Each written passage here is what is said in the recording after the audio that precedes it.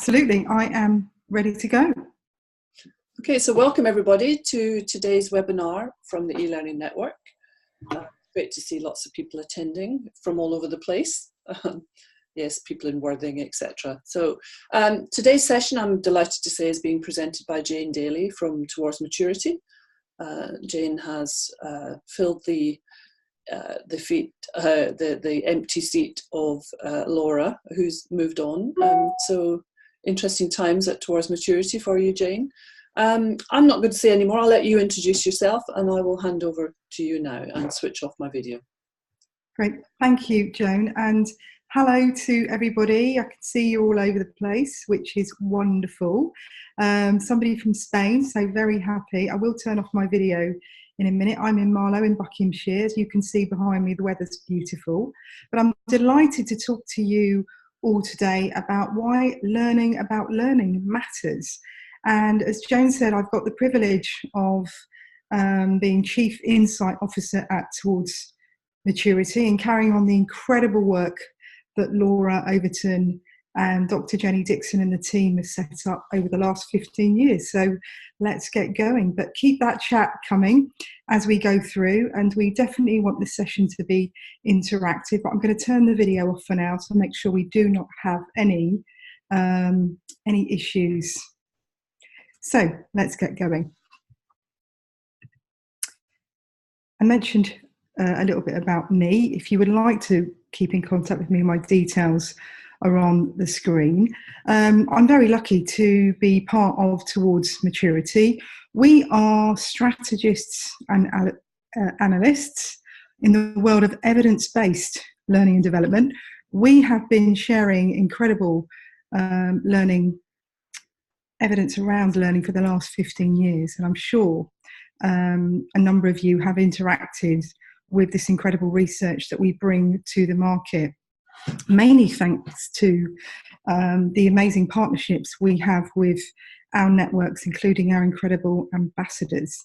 And the research that I'm going to be sharing with you today has come from a number of these reports, but in particular, the report that we launched this year as part of the Learning and Technologies show. So I'm going to share most of the data from there, and all of this stuff is available for you to go and dig much deeper into it should you wish to. So the first thing I want to ask all of you, and I'd love you to put this in the chat, is how does evidence influence all of you that are on the call today to create successful learning experiences? I'm really interested in how you're using evidence today. And Joan is here in the background, but Joan, are you happy that we just get people to keep talking? So here we go. Joan is putting up the poll now. If you would indulge me and let me know how you're using evidence today and how does it really work for you. So I'll just give you a couple of minutes to put your answer in. And then we will just say that we can't do free text in these polls, but no. Feel free when you've completed the poll to write comments in the chat, which you can then pick up on, Jane. So please just complete the poll and we'll show you the results in a minute.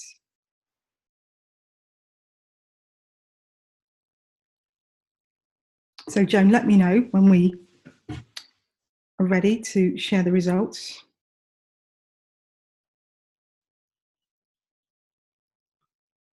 Helps if you turn your microphone on. Just a few more people to fill it in, so I'll just let it run for another 10 seconds. Yeah, and you know, thank you for those guys that give me free text as well, because I can answer your questions as we go through.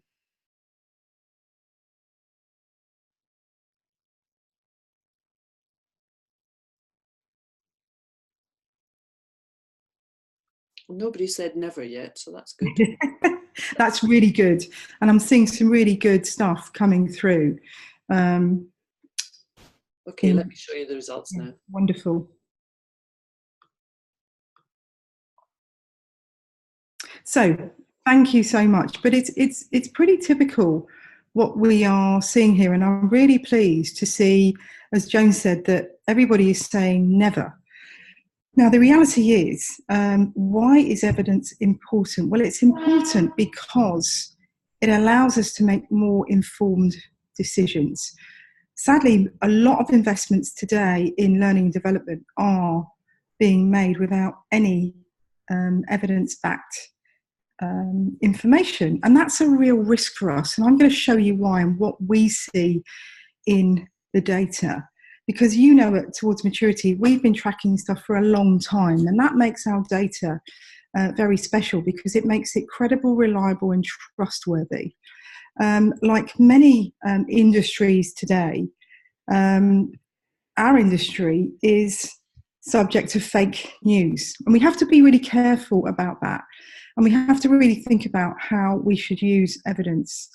And we in learning development are miles behind other industries when it comes to the way that we use evidence. It's often the thing that we are most criticised for in our own businesses by the C-suite and senior leaders in particular, but by ourselves as well, because we're not always doing the right thing when it comes to evidence.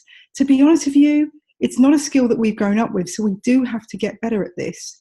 But the only way we're going to do that is if we fit our own masks before we start helping others and influence the business in a very different way.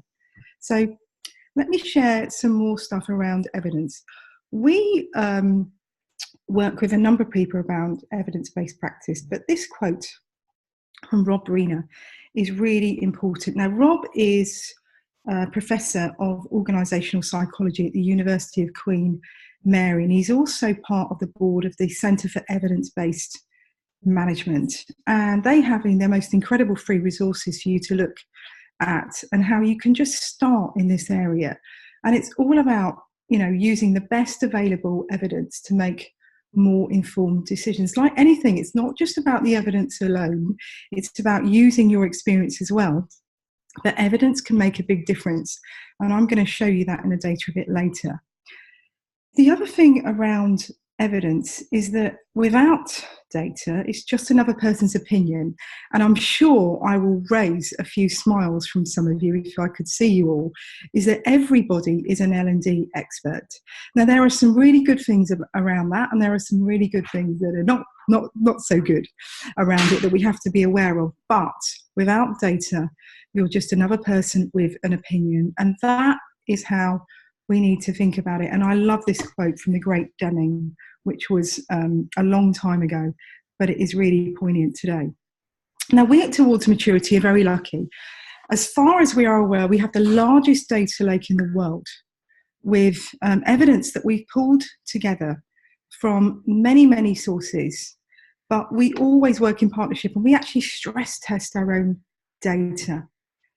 Just to give you the perspective that I have, I'm so lucky sitting in this seat at Towards Maturity because that allows me to be independent. It allows me to stress test our own evidence. And as you can see on the screen, I have 7 different areas that we're picking up data from. We can't find anybody in the world that's got these kind of perspectives. The other thing about what we do at Towards Maturity is we seek evidence from multiple sources. So we do pick up our own evidence, but we also look at evidence from 4 particular sources that are on the screen. We look at academic insight. We look at insight that's coming from the profession itself. We look at what it's like to experience learning in corporate environments. And we look at how that learning impacts on business performance as well. And all of that allows us to stress test it. The other thing we do at Towards Maturity is we make sure that we critically apply what we're doing. And again, that gives us another layer of stress testing. So we're building, testing and learning the whole time, but making sure we've got people at the heart of all of these decisions. So we're analysing, we're activating, we're accelerating something. And that's what we see high-performing learning cultures doing. Now, if you're aware of our work, and there's lots of URLs on the screen for you to dig deeper, as I said, but we're really looking at the top 10% of our studies, what we call high-performing learning cultures, that top deck up there. And it's only ever the top part of what we're doing. It changes all the time. But those organisations are faced with the same challenges that the rest of us. They are not full of resource or full of money or just big organisations. They're a complete mixture. But they have a very different mindset. They behave differently. And they have a very different attitude. They actually have 6 characteristics that are common in all of those organisations that are at the top of our study. And you'll see those characteristics on the screen here, the most important one being in the middle, being very clear about their purpose, their intent, and the role they play in the business.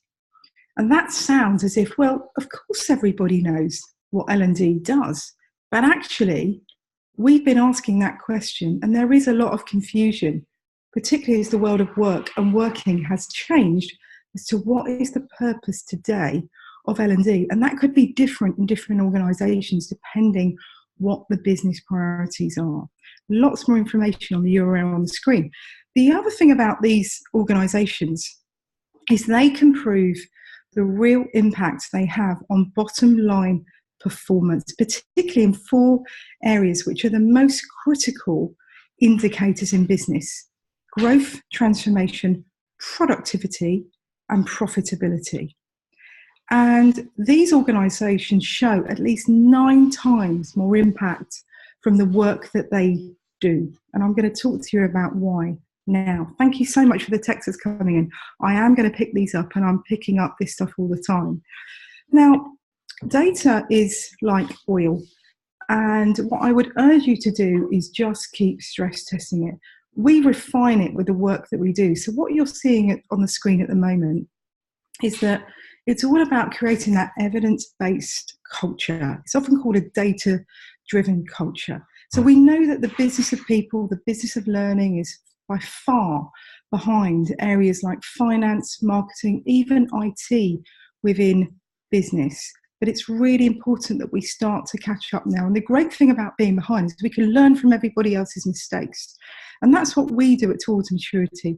We're looking at, well, what has that top deck been able to do that the rest of us can't? So we look at 2 perspectives. We look at the strategic perspective where we are longitudinally tracking just under 100 different behaviours to see what's going on. And then we're also looking at learner consumer behaviour and just under 50 behaviours from them themselves and what is going on there. And I'm going to pick this up as we go along now. Now, we have what's called a maturity model. It's why we're called Towards Maturity. Now, what you're seeing on the screen at the moment is on the right-hand side, you'll see those high-performing learning cultures. And that's where most organisations are striving to be, but it doesn't have to be. We should only strive for that destination if that's what our business needs. Now, these stages are important, and there are benefits to be had at each stage. But what you're seeing on the screen is these benefits are different. The stages on the left are more transactional benefits.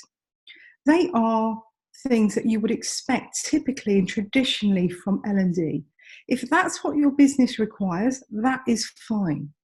But if your business requires more, and most businesses today do, you need to get into the transformational space.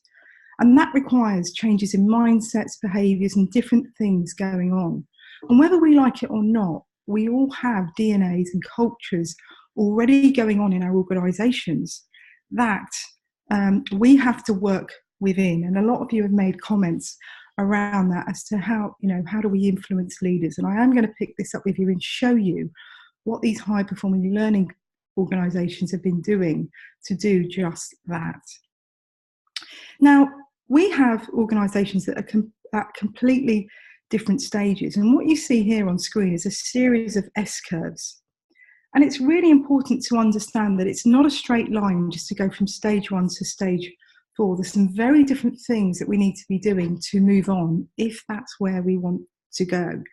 But what we do at Towards Maturity is we codify, we bring those numbers to say, well, look, if you know where you are today, then you can start to make a new transformational roadmap to decide where you want to go. But as all of you are picking up today, actually, we can't do that alone. We have to do that in partnership with both the business and the people who build up.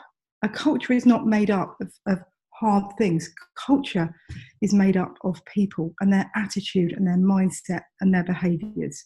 And that's a really important thing to be thinking about. Now, it's okay saying, well, look, I'd like to get to be a high-performing learning organisation, but is it worth it? The reality is it is worth it. I've mentioned the 9 times more impact, at least on bottom line. But you're seeing here again, and that's all these stages, all different things that we're talking about, being more agile, being improving efficiencies, increasing performance.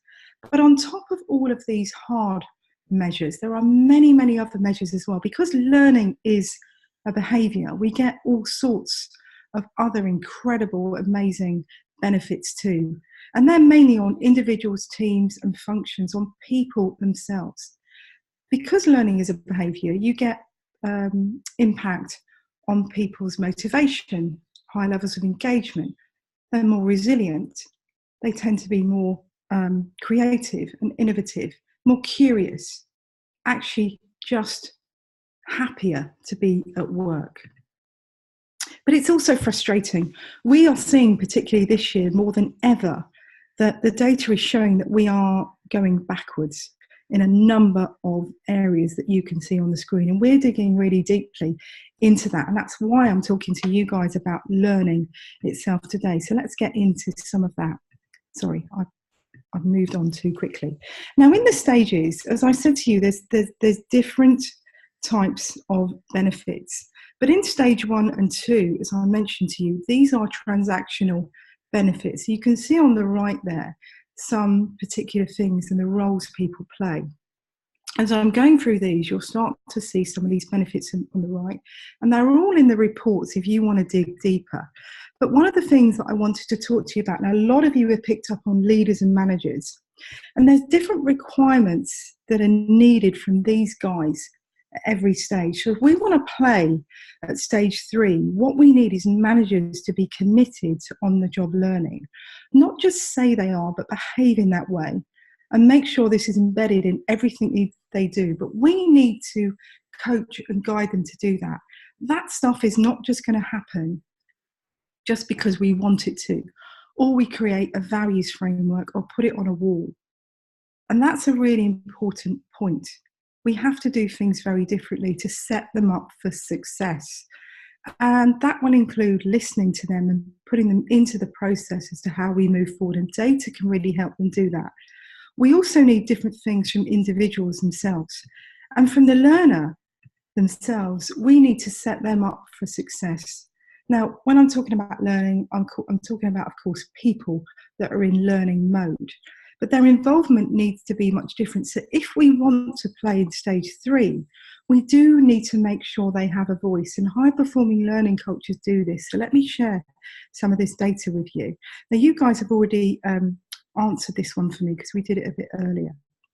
But what we know is that high-performing learning organisations do things a bit differently when it comes to these 3 extreme concerns that our people that completed our study this year have resonated in. 3 things that are really impacting on learning and development today. When we look at digital, what happens, and again, all of these resources are available to you, is that we make investments on technology because we believe what is going to happen is they're going to solve all our problems. But as you can see today, 93% are using live online learning. Things like we're doing today, 14% of us are dabbling with AI. But when we look at AI, these are only in exploratory stages. They're not really embedded into what we do. Now, all of these different technologies are, of course, really important, and our spend on digital is going up. But when it comes down to did the learning that we include as part of these digital things, did it make a difference to the bottom line? The answer is there isn't one piece of technology alone that is doing this. There takes some very different behaviours when it comes, and the high-performing learning organisations approach this in a very different way. Now, I can't share everything with you, as there's a lot more in the report, but one of the things that I wanted to talk to you today is about removing friction. You can see 3 areas on the screen there that really are putting the clear blue water between what high-performing learning cultures do against everybody else. So it's really interesting. So they really think about how people can access learning on the job. 80% of learning consumers today want to access learning on the go. You can see here that they curate content. Now, again, it doesn't have to be L&D themselves that curate content. They may have ambassadors around the business that do that for them. And actually, the most successful examples we see that have the best impact are usually other people than L&D. Only 2% of people want to see curation from L&D themselves. They want to see it from peers and other people in similar jobs or with similar challenges to themselves. And we really need to think about this. And they organise learning so it's easy to find. Now, that may sound easy, but they make the best of what they've got. So as an example, they've got the same infrastructure issues as the rest of us, but what they do is create things like very simple skins and just very simple access to things that they remind people of on a regular basis through nudges and nurturing journeys to make sure that people don't forget that things are there. When we talk about culture, we often have a perception in L&D that because somebody is a different age, they want to learn differently. Actually, learning is about attitude rather than age. We've got lots more information, as you can see on here, and all of these things are available to you. But there is a huge disconnection between what L&D professionals think learners want and what they actually do want. They are much more savvy than we give them credit for. And the high-performing learning organisations who are led by high-performing L&D leaders and teams have got on the back of this. What they do is they're proactive in understanding how their staff learn. And they do that in a number of ways. They find out the consumer personas that they have within their business, a bit like marketing do with paying customers on the outside. They do that inside. They do that in a number of ways. They also recognise achievements of people in very simple ways. They don't just let the learning happen and things stop there. They do that within what success looks like within their business. Again, they ask learners how they want to be recognised. And that can be as simple as an email to the manager as well as the learner themselves. They're setting up automation just to recognise what is going on. I love the way the debate is going on the chat, so thank you for that. Now, the other area I just wanted to look at is what we're doing in learning and development ourselves to make sure that we are up to date with adult learning theories and how we can help people learn how to learn and why this matters. What you'll see on the screen at the moment, and again, these things are available to you, is a skills diagram. The blue areas on the outside are all around our aspirations. You can see we want to be great at everything. We want our cake everywhere you see it. But the most interesting thing on here is how many skills are going backwards. So the dark purple is where we are right now. Now, evidence is a real issue for us. If we take data analytics, which is on the left-hand side, so 96% of us want to increase this skill, want to be good at this skill, and only 24% of us are achieving this today.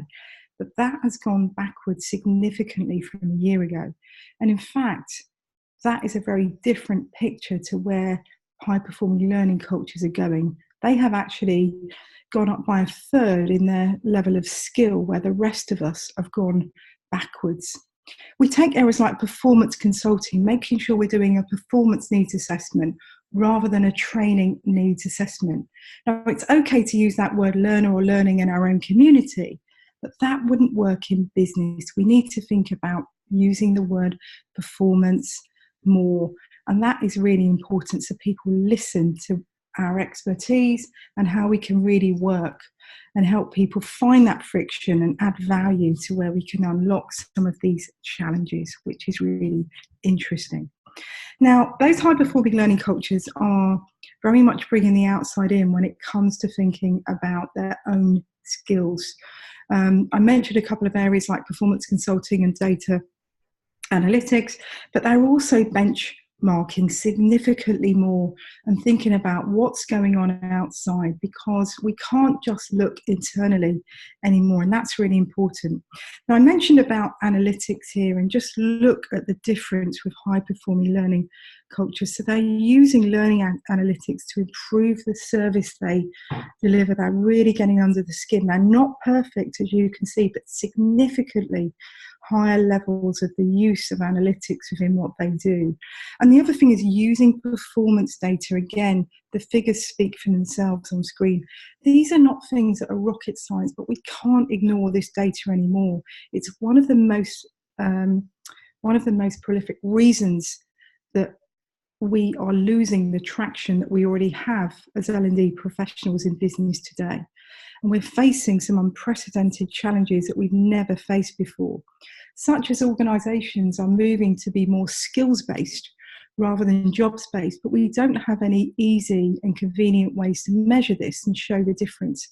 So in the absence of that, we need to find ways that we can do that with some very simple things, and learning, analytics, and using evidence-based L&D can help you do that. Now, for us, we have a free benchmark out there for you. This can help you. It's complimentary, and I'm going to give you the link to that. But again, you can see that people that do this more often are getting more impact in every area that you look. And that these are the things that L&D professionals are telling us their organisation is asking them to do.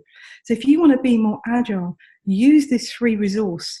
It does take over half an hour to complete it, but when people do, 96% of them say this was like therapy. It's the best 45 minutes I spent because it challenged me to think differently. And you guys are so busy all the time. Take some time to give your head some space.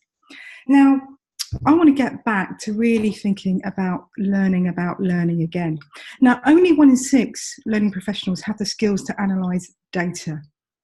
That is not good enough. We really need to increase this, and we're on a mission at Towards Maturity to help you do just that, with a number of partnerships, including our incredible community of practice with leaders in learning as well. And if you want to join that, just come onto our website, you can find it. But also working with incredible organisations like the eLearning Network, and doing things like this to make sure that we're using this evidence for good, that we really think about fitting our own mask as L&D professionals before we put ourselves under even more pressure than we are today. We really do need to think differently. Now, in organisations that do analyse data, and I mentioned they're in this high-performing learning culture space, the stage 4 level of maturity, they are seeing benefits in many, many different ways. And I'm just putting a few on the screen now, and I'm not going to read all of these.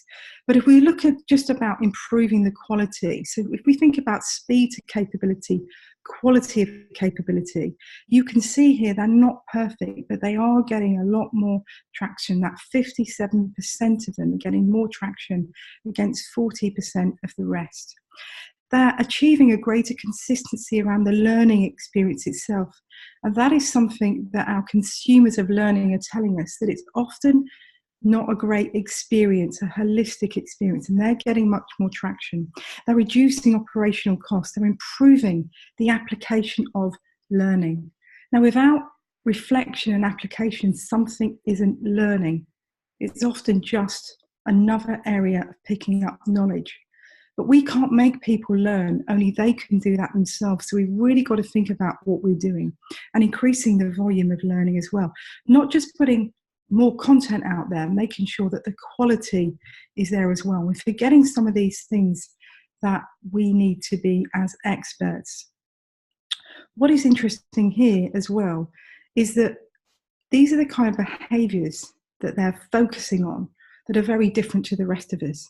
So they actually plan and agree these at senior level before they go into a project. So I mentioned growth, transformation, productivity, and profitability.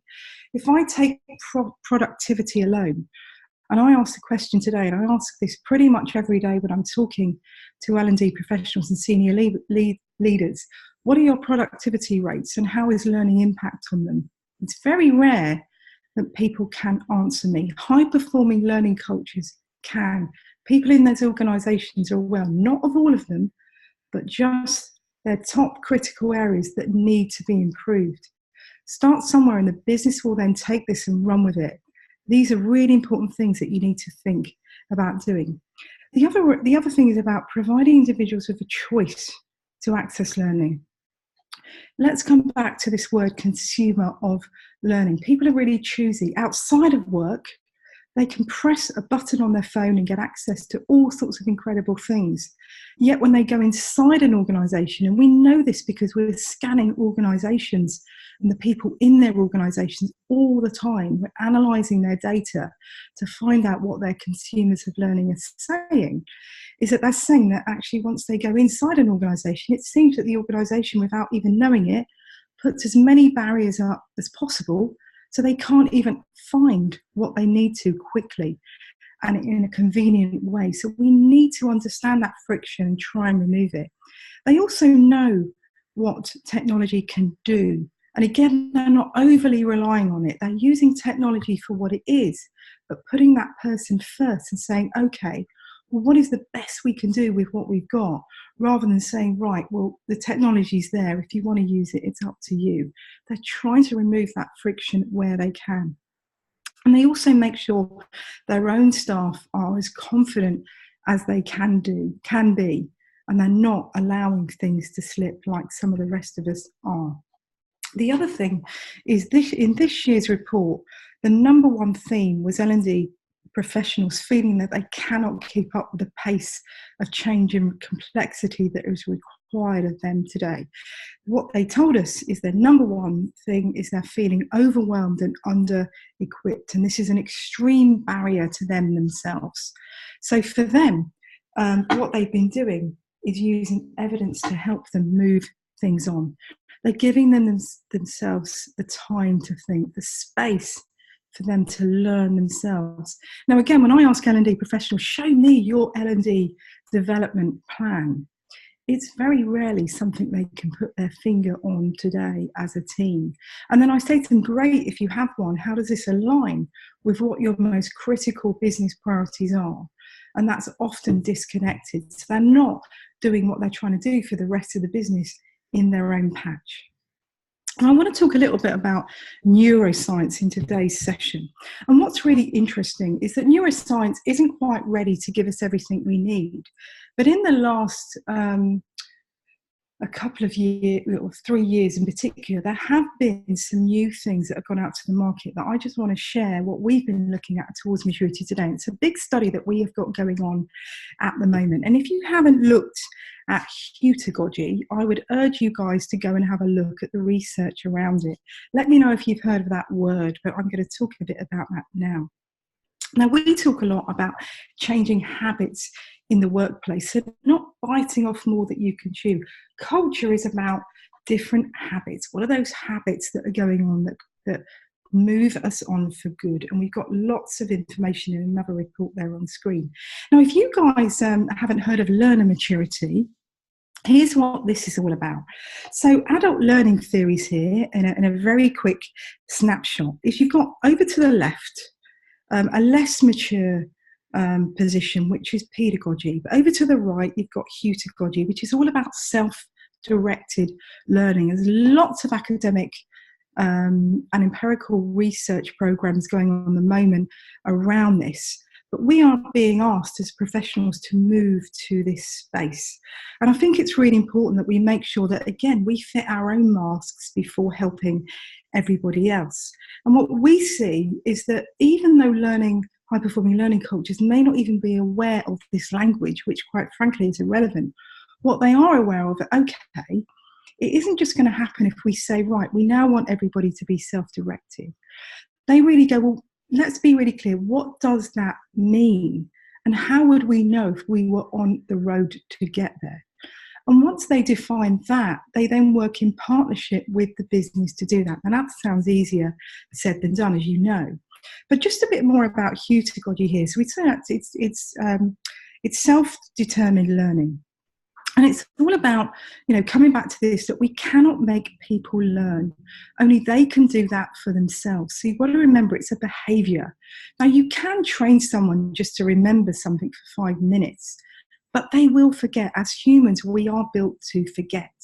So it's about how we get them to create their own habits in a self-determined way that make them remember in the way that they need to. And that's a very different way that we need to think about, particularly in the complexity and the scale that we're being asked to, and the pace we're being asked to do this today. Now, what you can see here, a lot of this language is based in the word student, adult student. But obviously when people are in learning mode within business, they are doing just that. They are a student. And we really need to think about the difference between knowledge that people need at their fingertips, and that's okay for L&D to be involved in that, but we also need to say, well, where does the learning need to happen? Where do we need that tacit knowledge to be so that someone can make a situational judgment, make a decision on something? When you've got to make a decision in the moment, you can't keep picking up knowledge on your phone, but there are times where knowledge is what you need, and there are times when learning is what's needed. And we at L&D are not even making that distinction when we're getting a lot of these requests, and we need to think about that. Another book that we've been particularly looking at, and we would urge you guys to have a look at it, is Understanding How We Learn. It's a visual guide in the way we do that. And when we look at data around what consumers want, I mentioned that 80% want to learn online, and what we find is the number one reason for wanting to do that is to do their jobs better and faster. We want to, as humans, go to work and do a great job. Yes, there are people that are not in that camp, but in our studies, and as you know, we have the largest data lake as far as we know in the world, those people are in the minority. Sadly though, what happens is we find that most of our budget is taken up in trying to move mindsets and behaviours with people that are never going to budge. So we've got to stop worrying about those people, and we've got to start worrying about the people who do want to move on, who do want to learn, and who do need help to do it. And there's lots of stuff in this book about understanding how people learn. Now, if we look at some of these practices, now you hear these words all the time: space learning, how we make sure that ideas are more, we help people with elaboration, we make sure there's concrete examples, we use more visuals, and we help people retrieve information. The problem is we're trying to go too quickly in business. And it's really important that we do things once and we do it properly, so that those, when it's needed, those behaviours are learned behaviours rather than they're learned for 2 minutes and then forgotten. And this book can really help you do that. Now, for us, I mentioned that we were looking at these habits, and there's a couple of people I just want to cite, and we're really thinking about some of this data here. Now Brinkhurst, that is all about storytelling. This work is really important, and some of you may be aware of this stuff. But 70% of people will try to learn, but then revert back to old ways if the story is not prevalent. So let's not forget, £400 billion is spent in our industry worldwide on learning and development. And today, only 15% at best is proven to stick. So storytelling has got to be there. That helps us remember some great work from Brinkhurst going on. But if it's just another HR or L&D intervention, sadly, it's going to be lost. And the figures and evidence show us that it is.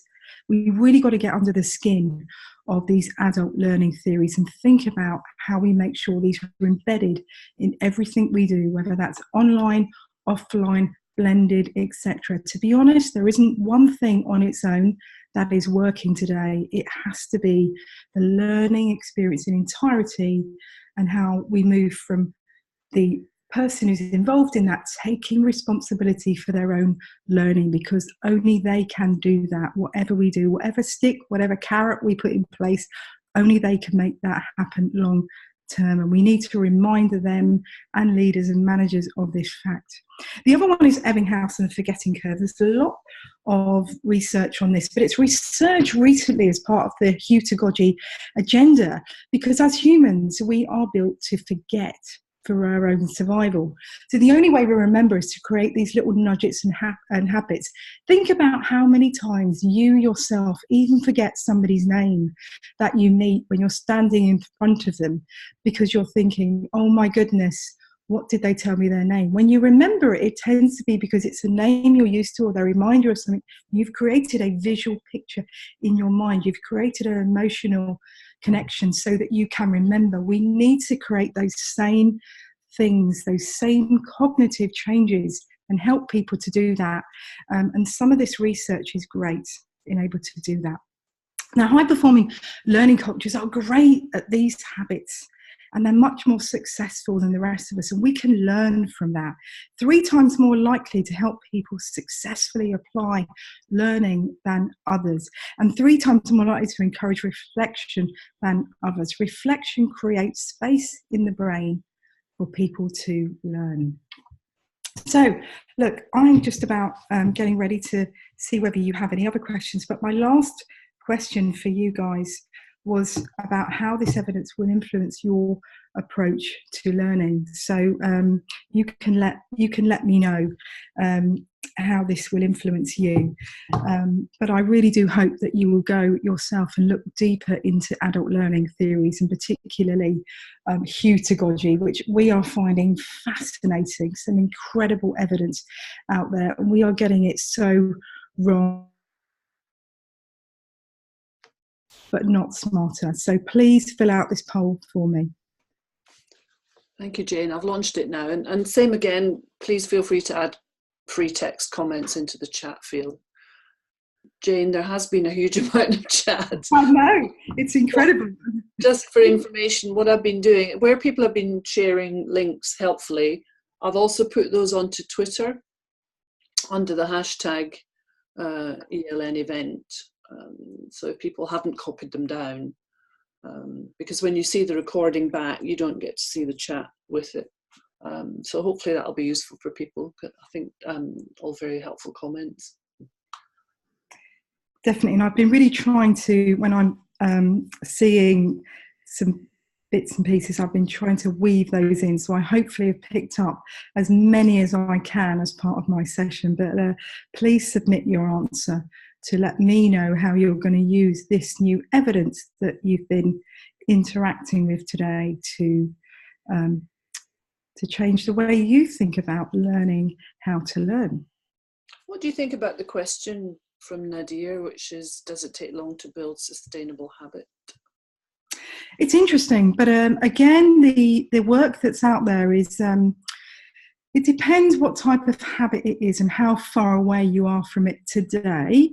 But in general, a typical habit, and as long as you keep it quite focused, is typically 30 days of doing that on a daily basis, typically 30 days.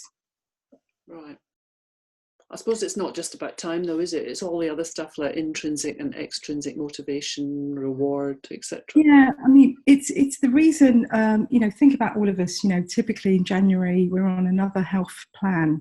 But by the end of January, we've forgotten about it unless we have these nudges in place. And it's why communities of practice, having like minds, having something to go back to, even that goal, but just keep going over it and over it and over it, just to keep you in track. Now, I've seen a lot of people doing this with learning, in particular with online learning journals.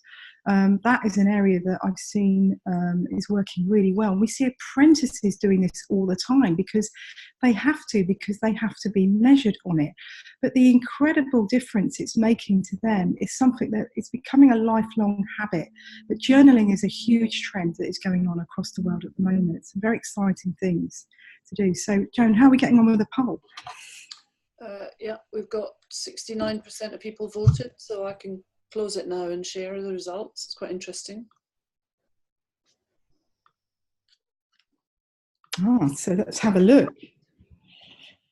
So, okay, it will change my approach. Okay, it will impact. It will impact on a few aspects of my work. I love it, those first two. It won't make a difference because the last one I wrote myself, I reworded your question slightly. Yes. I said, I don't know as yet, I need to consider the evidence further. Yeah. So I think that's No, an interesting one, because that's actually suggesting absolutely. to reflect themselves. I totally agree. And you have to remember, look, coming down to, change of any kind is a behaviour. And a behaviour is something you have to drive yourself. Now, many of us sort of go, oh, I go along with it because I feel I have to at the moment. But over time, that will erode if the belief isn't there. So we have to help people create the will as well as the skill, if that makes sense. And there's again lots of evidence around that one. But I totally agree. You have to go and do your own research. It doesn't matter what anybody says. It's what does that mean to me? And I just think when you go back and look at the work that you're doing in a very different way, it gets you to think differently about that consumer of learning and how can I do the best job, but make sure that we do include reflection and application, which makes it learning if it needs to. If it's just being able to get knowledge to people at their fingertips, possibly in the flow of work, that's okay, but let's call it what it is and measure it that way. Whereas if we need people to have real learning going on, so they have to have a learned behaviour, we have to help them quite differently. And as I said, not one thing seems to be working on its own. So are there any other open questions that anybody has? Martin had a question about the books that you mentioned. Are they available on your site? No, at the moment, because we're independent towards maturity, now we do recommend books, but we pretty much send people to Amazon, which is the place to go. But we don't sell them directly at Towards Maturity. But all of the ones that I have referred to are on Amazon. As far as the academic studies around things like heutagogy and also Ebbinghaus and Brinkhurst, again, we do exactly what you do, and we're looking at all of the different studies that are going on, and just by using Google. But the other thing we are very lucky at Towards Maturity is Emerald, who own us. We have an academic learning part of our business as well as a corporate learning. So we're able to get access to some of that research as well. And if you want to join in that debate, get in contact with us if you want to hear more. Have you got another slide that's got your contact details on it, or do you want to drop back to an earlier one? I have. And look, one of the things I would say to you all is the way that we design our health check is, yes, it's a survey, but it's a very different survey. It's a behavioural survey. Remember, there's just under 100 behaviours we're tracking. Now, this is self-reported. You get an instant result. So, we urge you guys to take that hour, get a cup of tea, give yourself some space to learn yourself. And once you get some of this evidence, you can then start thinking about how, because that gives you time to reflect, and you can continue to do that afterwards. Then you can think about, what am I going to do to apply some of this information that Towards Maturity are giving us, some advice we're giving you to move down the evidence-based L&D route. Okay, are there any other questions? Oh, there's one here from TAP. I'll have an issue where data analytics prove that we have a culture of learning engagement. The problem is that it seems to be happening without leadership buy-in. Yeah, now that is something that is coming up again and again. Now, we find the opposite in our work at Towards Maturity, is that if we think about leadership and what is driving them, you have to start with the performance impact. Those areas around growth, transformation, productivity, and profitability. Because once you start having that conversation, in our experience, and even from my own personal experience, I have never had an issue gaining resource or money if I'm having that conversation with the business, that performance impact conversation. I've never done a training needs analysis. It's always a performance needs analysis. It's about being a friction hunter. At Marks and Spencer, we had 100,000 employees worldwide. Now, we cannot possibly do everything. So we were required in the most critical places. Now, setting up governance within business is really important, but evidence is the thing that will allow you to do that. What I urge you to do is start with someone who is interested and ready to change with a critical area and grow from there. You have to start somewhere, but find that door that's slightly open and open it more, because success has many fathers. Once you start with an area like speed to capability or quality to capability, and when we did that at Marks and Spencer, we were saving in 1 year alone £14 million just by focusing on those areas of productivity. Particularly when you had new starters and new to role, then people start to listen to you. So get in there with the performance impact, with those hard measures, and how L&D can move those forward. Bring your expertise to life in partnership with the business. That's what I would urge you to do. A couple more questions in the chat, Jane. Let me just have a look. Okay. Teresa, hello Teresa. I know Teresa really well. I ask, what's the one thing that will make the most impact on your career? But this is Joan, is it? Is this to Joan? No, this is what Teresa does. I think there was another question further up, which I posted from somebody else, Q&A. How do you impact learners who are indecisive? Well, now, it's interesting. I love that question. I think that the reality is, if you come back to, I was talking to you about the purpose of learning in the first place. Intent is really important. And it's something, again, that we forget to pick up. How many of you still have people that don't turn up to the classroom sessions that you do still run? There's still a huge issue there. If people do turn up, I'm not sure why they're there or what to do. I'm not quite sure. I've come along, I've been told to come here. Well, that's not good enough. If people are not clear on their purpose or intent for being there, then there is no point. But again, we need to make sure we start with that to help people. Now, often it's not as black and white as it needs to be. Someone might think this is something they need to do against what they really need to do. We need to equip managers to help them to be more in the guide and coach mode rather than just the management mode itself, because that isn't going to move us to the space we need to move it to. But sadly, people are not always aware of what they require because they're too close to it, they're blinkered, or they're too pressured. They're not just giving themselves the space. We have to help people with their own intent. So we need to think about how that happens right at the start before we get involved in any learning intervention itself. Okay. Any more questions from anybody? Interesting to see Stella's new book. It'll soon be out. Absolutely. And I noticed Steve Wheeler's got one that's just come out. Nick Shackleton-Jones is about to release one. It's all happening. There's some absolutely great stuff there. And again, look, we're all busy, but I know that there, again, are some great applications that condense this stuff for us and allow us to digest this in micro bites as well. So we don't have to read everything from cover to cover. So there's some great stuff going on there, but we just must remember to top ourselves up with this stuff as well, because we can bring so much more to the business when we do. I think what I noticed at Learning Technologies back in February was the sheer number of people who are coming into the L&D field from scratch. And they were coming up and saying, we're just beginning our learning transformation journey. Where do we start? And it's like, oh my goodness. So, and you have accidental L&D folk who've kind of drifted into the area. So a message I think you're putting out very strongly is A, you're not alone. B, you can't really do this unless you get yourself some skills and knowledge, get yourself up to speed quickly. And then once you're much more aware of the field that you're working in, then you have all this data that you know, towards maturity and others are providing, so that you can then build your critical skills and become a more reflective practitioner yourself. And that whole business of shifting from we're an L&D department, we just provide the courses you order, to we're a partner with the business and we will help you to transform the business, you know, that is then much more achievable.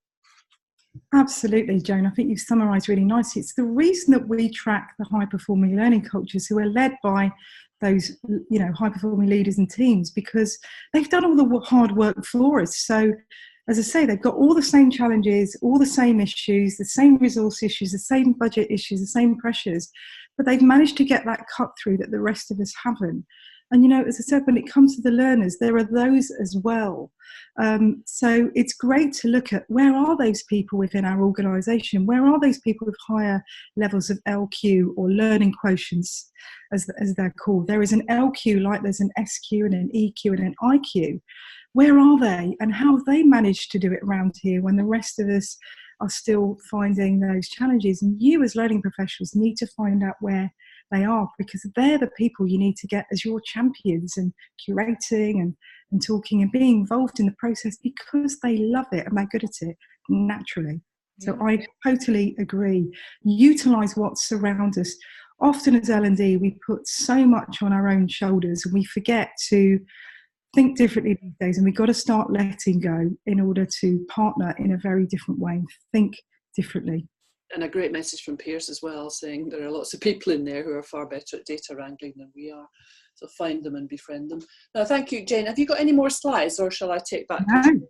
Bring up take back control. eLN one. Okay. So a big thank you from me to you, and on behalf of everybody who's joined in. Are you able to see the e-learning website now? Because what you will see, hopefully, is that on the right-hand side, I've been tweeting some of the links out on our eLN Twitter handle. So you can find some of those there if you didn't write them down. Today's promo has obviously disappeared from the website. So the next thing we're going to be promoting is our Learning Design Workshop, which we're running in Manchester on the 11th of June. And we're also going to run it in London in either June or July. We're just waiting to fix up a venue for that. So if you're interested in attending that, then you'll find information on the website quite soon.